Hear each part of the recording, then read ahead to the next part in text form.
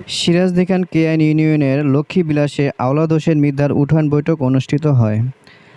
আজ রবিবার 12ই মে বিকাল 5 ঘটিকার সময় কেআইন ইউনিয়নের লক্ষ্মীবিলাস কালী মন্দির সংলগ্ন সিরাজদি খান উপজেলা চেয়ারম্যান প্রার্থী আওলাদ হোসেন মির্জার উঠান বৈঠক অনুষ্ঠিত হয়েছে। মোহাম্মদ রাকিবুল হাসান মোল্লার সঞ্চালনায় এবং সাবেক চেয়ারম্যান আব্দুর রহিমের সভাপতিত্বে উক্ত অনুষ্ঠানে উপস্থিত ছিলেন বীর মুক্তিযোদ্ধা শামসুদ্দিন আহমেদ খায়ের মোল্লা, মোহাম্মদ মহসিন ভূঁইয়া, মোহাম্মদ জহিরুল ইসলাম লিটু, মহিলা মেম্বার খালেদা আক্তার লিজা, মোহাম্মদ শাহজাহান, আসগর আলী, মোহাম্মদ আখতারুজ্জামান জয়, মোহাম্মদ শরীফ মাহমুদ এবং শেখ মোহাম্মদ সেলিম সহ আরও উপস্থিত ছিলেন এলাকার গণ্যমান্য ও সাধারণ জনগণ। বক্তারা সকলেই আওলাদ হোসেন মির্জার সাথে থাকার অঙ্গীকার ব্যক্ত করেন।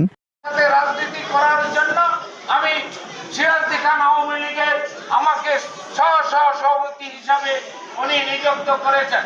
আমি তার সাথে থেকে এদেশের অনেক জনসাধারণের উপকার করার চেষ্টা করেছি। মসজিদ, মাদ্রাসা, পূজা মণ্ডপ ধরে সহ অন্যান্য যে সকল কাজগুলি আছে সেইগুলি, যেমন আপনারা জনাব মহিউদ্দিন সাহেবকে ভোট দিয়েছেন, তারই অত্যন্ত মানে খুব প্রিয় লোক, যাকে আপনারা যদি নির্বাচিত করেন তাহলে মহিউদ্দিন আহমেদের হাত শক্তিশালী হবে।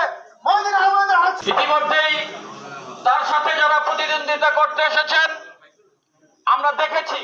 ভূমি দখল মুক্ত করার জন্য এই সিরাজদি খানবাসীর ভাগ্য উন্নয়নের জন্য চেয়ারম্যান নির্বাচিত করতে পারি, তাহলে